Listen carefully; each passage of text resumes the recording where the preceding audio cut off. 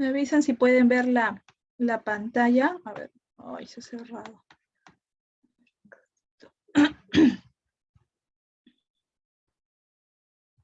Debe verse. A ver.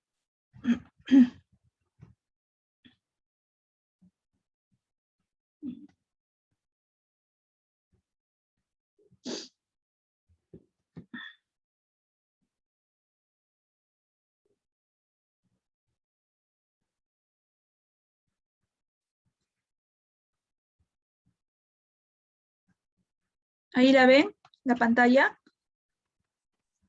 Sí, doctora. Compartiendo. Sí, doctora.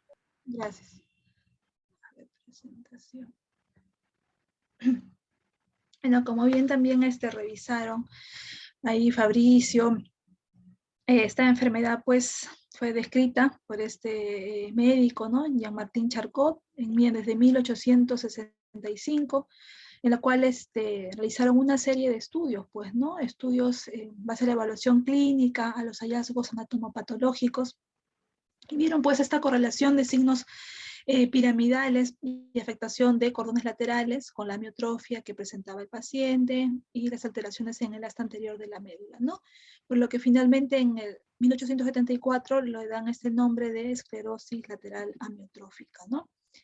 Este es un síndrome pues, que está caracterizado por una serie de signos y síntomas que van a afectar ambas motoneuronas, ¿no? Neurona motora superior y neurona motora inferior, ¿no? Entonces esto es algo que es característico de lo que es la esclerosis lateral amiotrófica, ¿no? Esta afectación de ambas motoneuronas, ¿no? Es una enfermedad pues degenerativa, una de las más devastadoras, ¿no? Por las complicaciones y que produce en el paciente, ¿no? Como también, también lo han descrito, ¿no? Le llaman la enfermedad de Charcot, en Estados Unidos le llaman la enfermedad de Lou-Gehrig. Hay un gran porcentaje que es de tipo esporádica. Cerca del 90% de los casos de esclerosis lateral amiotrófica es de tipo esporádica, ¿no? Hay un porciento de cerca de 10% que es de tipo familiar, ¿no? Que es poco frecuente. La gran mayoría son de tipo esporádica, ¿no? En ambos casos, lo que se va a producir, pues, es una afectación neurodegenerativa, ¿no? Que va a llevar a la muerte de las neuronas motoras, ¿no?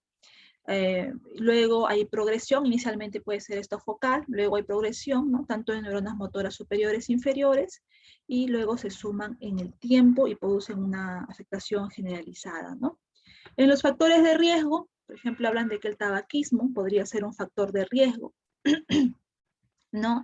También sustancias tóxicas tipo pesticidas, ¿no? Exposición a algunos tipos de pesticidas también podrían ser un factor de riesgo. En la parte, lo que es genética, ¿no? También como han revisado ahí, uno de los más frecuentes de los genes que se han contado con mayor asociación, ¿no? A lo que es esclerosis lateral amiotrófica, es esta, ¿no? La superóxido dismutasa 1, ¿no? Cerca de un 20% de los casos de ELA podría estar asociado a eso, ¿no? También se han encontrado otras alteraciones genéticas, pero la más frecuente es de superóxido dismutasa tipo 1, ¿no? Entonces, finalmente, pues, ese tipo de factores que estarían implicados a nivel del ELA, lo que van a producir es un fenómeno de estrés oxidativo, ¿no? Con liberación de radicales libres, una disfunción mitocondrial, ¿no? Activación anómala de la apoptosis, agregación proteica, y todo esto desencadenarían, pues, lo que es el daño a nivel de las motoneuronas, ¿no? Más frecuente en hombres, ¿no? Una relación de 1.5 a 1, aunque en las últimas décadas ya esto podría igualarse, ¿no? Tanto en hombre y mujer podría ser la presentación, ¿no? La prevalencia de 3.9 casos por 100.000 habitantes. Hay dos picos de presentación, ¿no? De 58 a 63 años para los casos esporádicos, y en los casos de tipo familiar, esta presentación podría ser, miren, más jóvenes, ¿no? De 47 a 52 años, ¿no? Y es muy rara ya que se presente en más de 80 años, ¿no? Si nos viniera un paciente adulto, ¿no? Mayor de, por ejemplo, 85 años, y que encontráramos este fenómeno de hiperreflexia con esta atrofia podríamos ya descartar de repente otras patologías, ¿no? Por ejemplo, un síndrome de canal estrecho cervical, ¿no? También nos podría producir cuadriparesia, también nos podría producir hiperreflexia, atrofia, pero lo que no vamos a encontrar, pues como sí lo encontramos en el ELA, es esas fasciculaciones a nivel lingual, ¿no? Eso definitivamente no lo vamos a encontrar en una discopatía a nivel cervical, por ejemplo, ¿no? La supervivencia media, la mayoría hablan de 3 años, ¿no? Y va a depender mucho de la precocidad con que se ve afectada la respiración, ¿no? Si la edad de comienzo es mayor, entonces más mortal va a ser pues la enfermedad, ¿no? Hay un 20% que pueden sobrevivir hasta 5 años o más, y miren, hasta un 10% podría sobrevivir hasta más de 10 años, ¿no? Entonces, la gran mayoría es ese promedio de vida, ¿no? 3 años. El diagnóstico es clínico, ¿no? El ELA sí es netamente clínico. Clínico, y bueno, lo apoyamos con el estudio de electromiografía, ¿no? Es un apoyo ya para poder confirmarlo, ¿no? Pero el diagnóstico es netamente clínico, ¿no? Inicialmente, pues, el comienzo es lento, ¿no? Como el caso clínico, a veces poco llamativo, es de afectación asimétrica, ¿no? Puede alterar varios segmentos corporales, con los hallazgos pues de afectación de neurona motora superior o neurona motora inferior, ¿no? Y ya pues en estadios avanzados puede presentar estos síntomas o signos de disfunción vulvar, ¿no? Entonces, por ejemplo, como bien lo han descrito, la afectación de neurona motora superior, ¿no? La debilidad muscular, esta hiperreflexia, ¿no? Si tenemos una hiperreflexia marcada, hasta el clonus va a tener el paciente, la hipertonía, la espasticidad, esta respuesta plantar extensora con el Babinski, el Hoffman, signos de neurona motora inferior, también debilidad muscular, casi la hiporreflexia, atrofia muscular y las fasciculaciones, ¿no? Los signos vulvares, la disfagia, la disartria, por ejemplo, como el caso clínico, ¿no? La paciente tenía esa disfagia, ya afectación incluso con la disnea, ¿no? La ortopnea, alteración del reflejo nauseoso, reflejo mentoniano, incontinencia emocional, ¿no? Que también lo han descrito bien, estas risas inmotivadas o llantos inmotivados que puede presentar el paciente como parte de la afectación vulvar en estadios avanzados de la esclerosis lateral amiotrófica, ¿no? Clínicamente, bueno, acá no, se ven pues estas fasciculaciones que decían, son estos movimientos en grupos, en pequeños grupos musculares, por ejemplo, a nivel lingual, si nosotros evidenciáramos esa fasciculación a nivel lingual, ya esto es ELA, ¿no? No hay otra, en otra patología, no. En lengua es ELA, ¿no? Si encontramos en otros grupos musculares todavía, ¿no? Diagnóstico, como decía, otros diagnósticos diferenciales, pero en lengua, ELA, ¿no? La atrofia, ¿no? Miren, estos pacientes en cuadros avanzados, la marcanda atrofia que va a haber de los interóseos sobre todo, ¿no? Interóseos dorsales, es bien marcada la atrofia que presenta el paciente ya en estadios avanzados de la enfermedad, ¿no?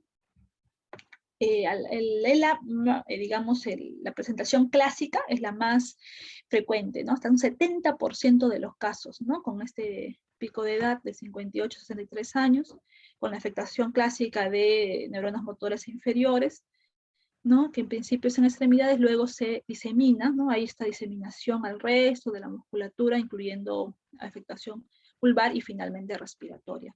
Hay otros patrones, ¿no? Por ejemplo, la esclerosis lateral primaria, ¿no? Que es un 20% de las enfermedades de motoneuronas, en la cual generalmente hay un daño de neurona motora superior, ¿no? Y muy poco de neurona motora inferior, tanto así que algunos le hablan que es el ELA con predominio de daño de neurona motora superior. Ya en estadios finales podría ser la afectación de neurona motora inferior, pero ya en digamos, predominantemente la afectación de neurona motora superior, ¿no? Esta progresión del ELA de tipo lateral primaria es mucho más lenta, ¿no? Que en los casos de la clásica, y la supervivencia, por ejemplo, es mucho mayor, ¿no? Es por eso que de repente estos pacientes que sobreviven 5 o 10 años estén en este tipo de variantes, ¿no? En ELAs primarias, ¿no? Otro es la atrofia muscular progresiva, por ejemplo, ¿no? En la cual la mayor signología son de lesión de neurona motora inferior, por ejemplo, ¿no? Más común en varones, por ejemplo, ¿no? Y la velocidad de progresión es muy variable, por lo general es más lenta también que la forma clásica. Mire, han documentado casos de supervivencia hasta de 15 años o más, ¿no? Entonces, por eso generalmente le llaman como un tipo de ELA con daño de predominio de neurona motor inferior. Y el otro es que tengan un tipo de parálisis vulvar progresiva, ¿no?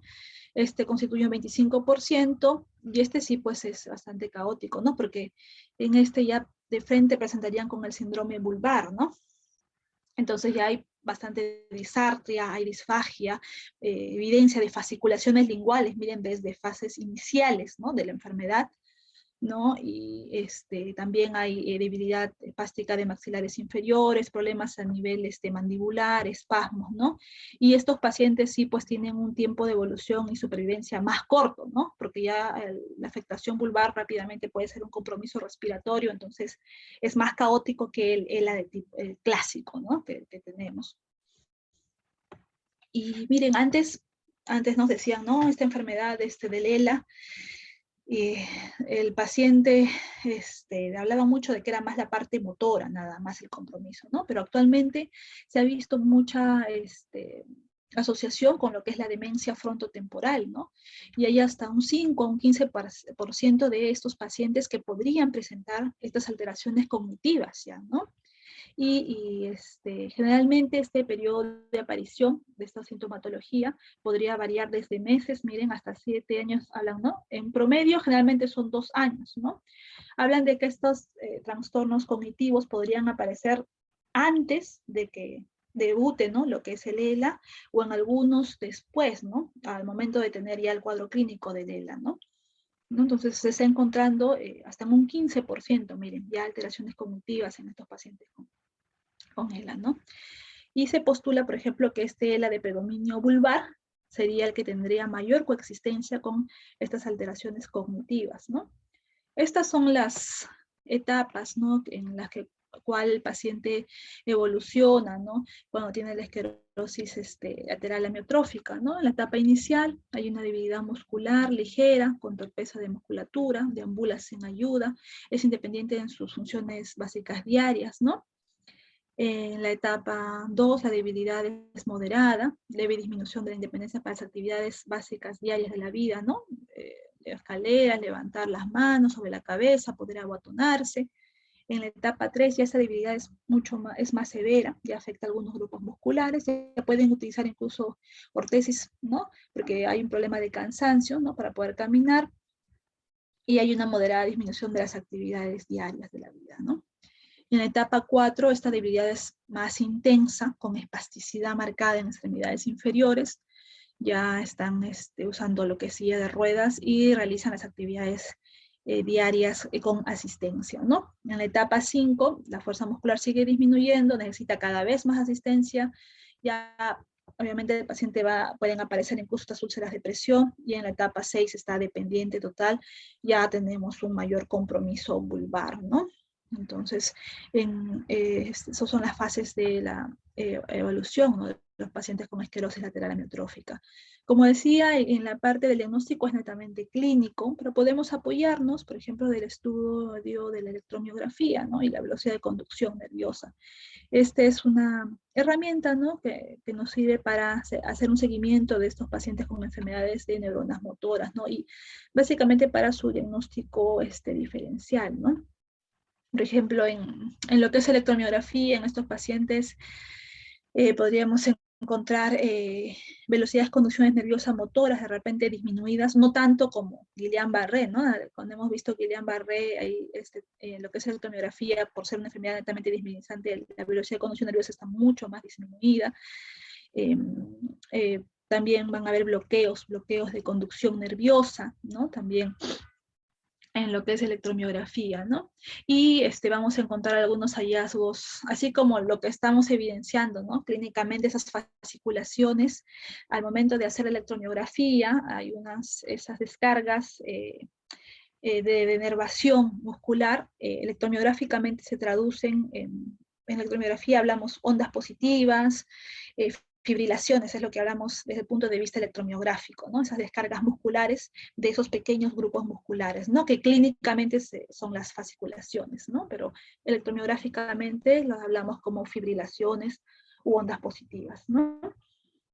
En lo que es estudios de laboratorio, bueno, básicamente pues para el diagnóstico diferencial, ¿no? Algunas enfermedades, de repente para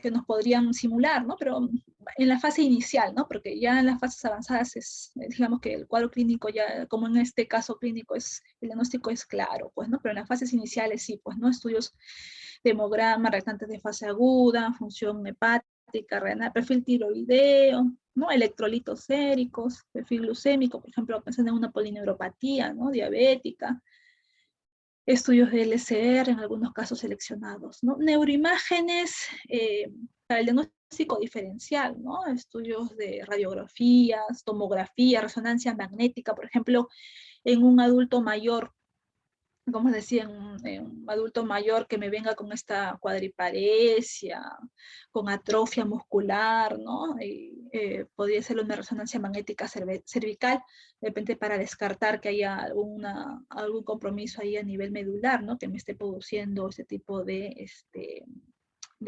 afectación, ¿no? Por ejemplo, se ha visto también que el estudio de resonancia magnética, miren, en estos pacientes en los que se puede presentar esta demencia frontotemporal, de repente se podría mostrar esta atrofia, ¿no? Cortical de predominio frontotemporal y también incluso en el segmento anterior de la médula espinal, ¿no? ¿No? Entonces, por ahí se están haciendo esas revisiones, ¿no? Estudios genéticos que, bueno, no se realizan de rutina, ¿no? Los estudios genéticos, ¿no? Pero se podrían solicitar en estos tipos de enlaces, grupos familiares, ¿no? De inicio juvenil. Y en los criterios diagnósticos también como bien lo han revisado, ¿no? De los primeros es el del Escorial, ¿no? Son de los más antiguos y luego pues debido a que no hay digamos, muchos pacientes eh, a veces para poder llegar al diagnóstico tardan 1 o 2 años porque como no tienen pues todo el cuadro clínico característico, recién al año de evolución, recién podemos enmarcarlos en este cuadro clínico, es que se ampliaron estos criterios, ¿no? A estos criterios de Kawashima, ya que tienen una mayor sensibilidad, ¿no? Y una mayor especificidad, ¿no? Es por eso que se han ampliado a ese tipo de criterios, ¿no? Para el diagnóstico. Estos son los del Escorial, ¿no? Como bien también lo revisaron, ¿no? La evidencia de degeneración de neurona motor inferior, clínica, electrofisiológica o neuropatológica, ¿no? Y la evidencia de degeneración de neurona motora superior entre los exámenes clínicos y esto, ¿no? La expansión de los síntomas, ¿no? La progresión de los síntomas en una o más regiones, ¿no? Y que haya ausencia, pues, de una evidencia electrofisiológica o patológica por otras enfermedades, ¿no? Que nos puedan sugerir otro tipo de diagnósticos, ¿no? O estudios también de neuroimágenes que nos puedan explicar otros síntomas y signos observados. Esta es la clasificación de la escoria, que también muy bien lo han expuesto, ¿no? De la definitivo, probable, ¿no? También eso ya lo han revisado. Y esta es la ampliación de Awajishima, que creo que es de las que más estamos utilizando, ¿no? En la sospecha de DELA, ¿no? Con las condiciones clínicas que también la han descrito, ¿no? La presencia de evidencia de neurona motora inferior, de evidencia de neurona motora superior, con hallazgos electromiográficos, ¿no?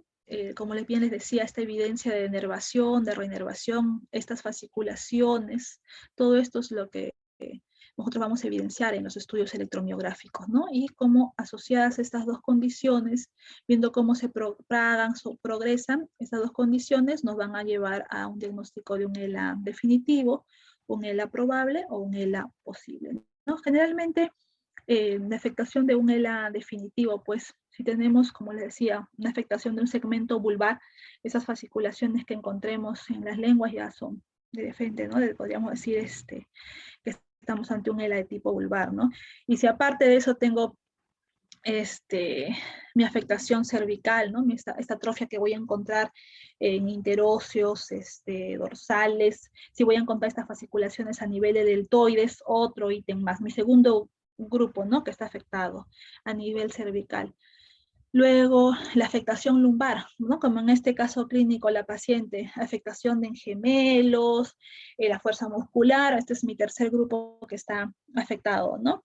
Y a nivel torácico también en estudios de electromiografía, a nivel torácico lo que hacemos es hacer, insertar las agujas, ¿no? De electromiografía a nivel de los músculos paravertebrales dorsales, y este es otro grupo muscular que también estaría afectado, ¿no? Cuando nosotros hacemos electromiografía para poder terminar el ELA, sobre todo una definitiva, siempre tenemos que hacer en las cuatro zonas, ¿no? La zona cervical, como bien les decía, todo lo que es inervación de musculaturas de miembros superiores, ¿no? Puedo utilizar de repente un nervio mediano, un cubital. Si quiero ver miembros inferiores, un tibial, un peroneo. Si quiero ver zona dorsal, un paravertebral dorsal. Y si quiero ver el compromiso vulvar, por ejemplo, lo que nosotros hacemos en la electromiografía es de frente poner las agujitas en la lengua. Ese es. Podría hacerle también a nivel facial, a nivel trigeminal, ¿no? Pero el de lengua ya es característico, ¿no? Como les decía, eso no vamos a encontrar en otras patologías. Entonces, de frente hacemos en lengua ya, ¿no? Ya aplicamos la agujita ahí en la lengua y ahí vamos a evidenciar estas descargas, estos fenómenos, ¿no? Eléctricos, electromiográficos, ¿no? En el diagnóstico diferencial, bueno, tirotoxicosis, las mielopatías, ¿no? Y unas infecciones por VIH, ¿no? También otro síndrome post-polio también, ¿no? Síndrome post-polio también es bueno, actualmente ya no vemos polio, pero podría haber del post-polio en algunos pacientes que tuvieron de niños, ¿no? El polio, y luego de unos años presentan nuevamente esa debilidad, esa astenia para poder caminar y no llegan a veces por la consulta, ¿no? Y dicen, es como si nuevamente estuviera haciendo la enfermedad, ¿no? Del polio. Y ahí, por ejemplo, se han visto algunos mecanismos de anticuerpos de repente, ¿no? Que podrían producir ese tipo de síndrome. Y al final la confirmación es, aparte de la clínica, también el estudio electromiográfico, ¿no? Sí, miastenia gravis, ¿no? Ustedes cuando han revisado miastenia gravis también, pues esta cuadriparesia, pero obviamente no vamos a encontrar, pues, los signos de primera motoneurona, pues, ¿no?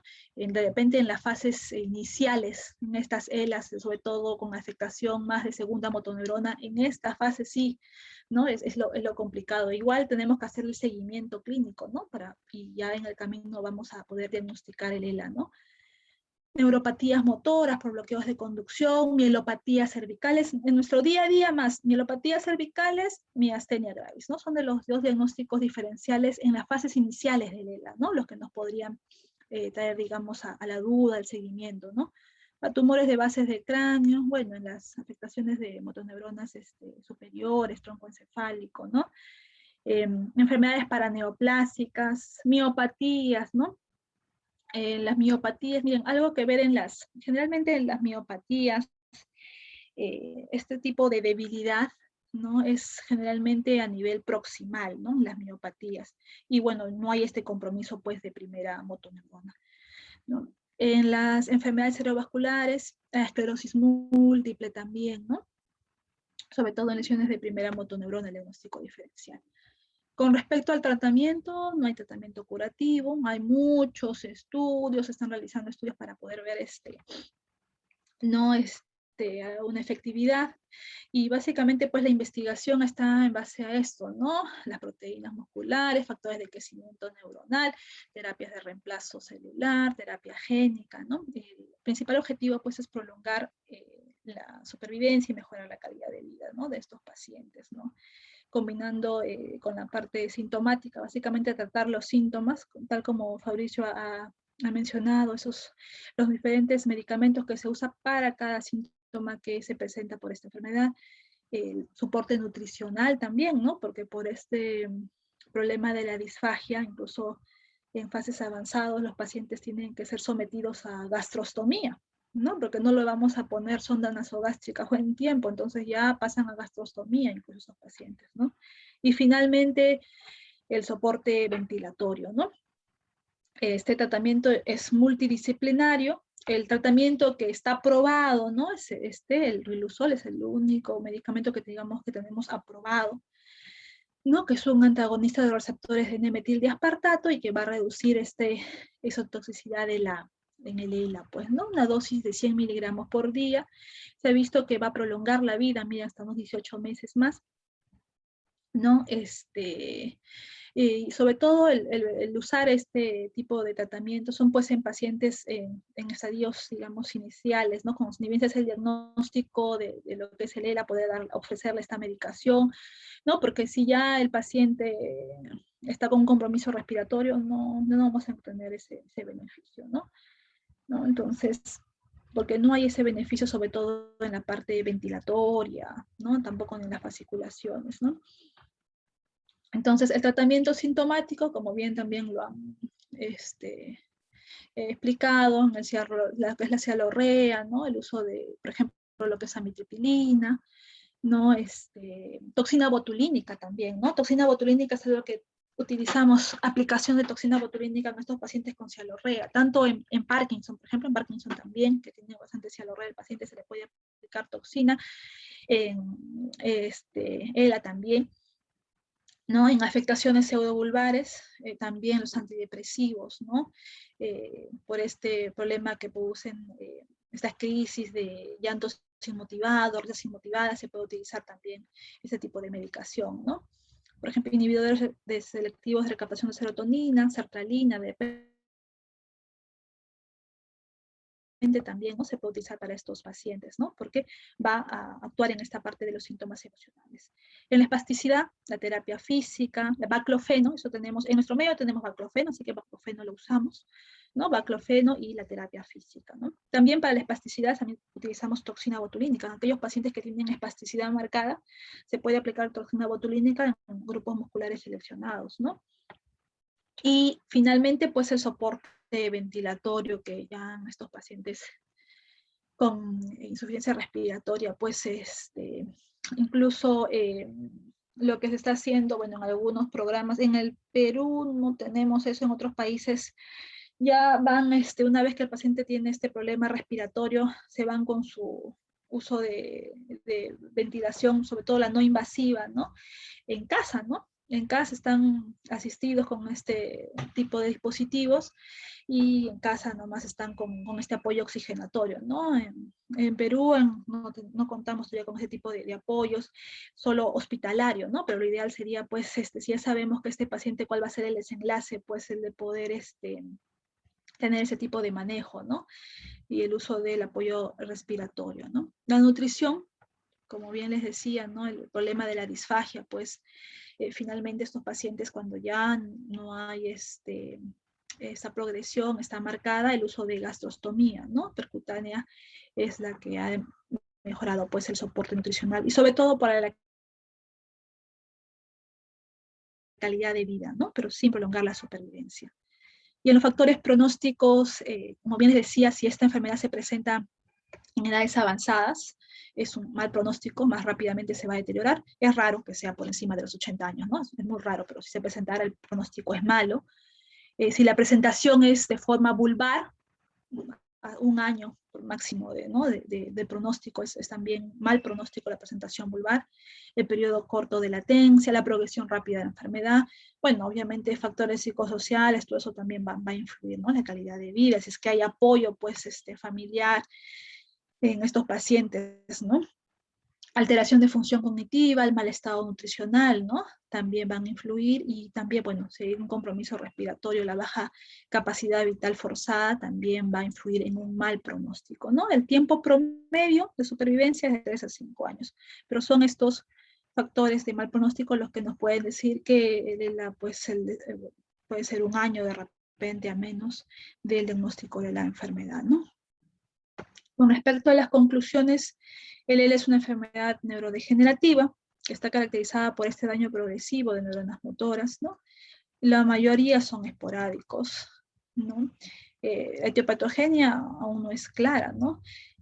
La presentación clínica es heterogénea con esta afectación de primera y segunda motoneurona. El diagnóstico es netamente clínico, como les decía, bueno, con el estudio electromiográfico podría confirmar el diagnóstico y el tratamiento solo el riluzol, ¿no? Miren, también se están haciendo algunos estudios Hay un medicamento, edarabone, ¿no? Con lo cual también se están haciendo estudios y se podría ver algún tipo de beneficio en lo que es el tratamiento para el ELA, ¿no? El darabón es un medicamento que también tiene este papel en la parte de reducción de toda esta parte de los radicales libres, en la función glutamatérgica, ¿no? Y que se está aplicando endovenosa, a diferencia del riluzol. El riluzol es vía oral, mientras que Darabone se está aplicando por vía endovenosa. Todavía no hay muchos estudios, no se están, digamos, todavía falta ampliar más con respecto a esta medicación, pero es algo nuevo que ya lo están utilizando en Estados Unidos, ¿no? Y es en forma endovenosa, obviamente el costo es caro. Acá, por ejemplo, en el Perú no tenemos lo que es Riduzol, les digo, en el salud, en el Ministerio de Salud no tenemos esta medicación, ni el Riluzol, que está aprobado por la FDA, ¿no? No contamos todavía con este medicamento. En el extranjero sí, si algunos pacientes tienen las posibilidades y lo adquieren y lo toman, pues, ¿no? Pero bueno, este nuevo medicamento, Darabone, se está haciendo estudio con esta medicación y bueno, ya saldrán a la luz los resultados, ¿no? Hasta ahora parecen prometedores. A ver, veamos en qué queda este estudio, ¿no? Pero ya la están ofreciendo en Estados Unidos, ahí esa medicación, ¿no? Entonces, eso es con respecto a esclerosis lateral amiotrófica. ¿Qué tal les pareció?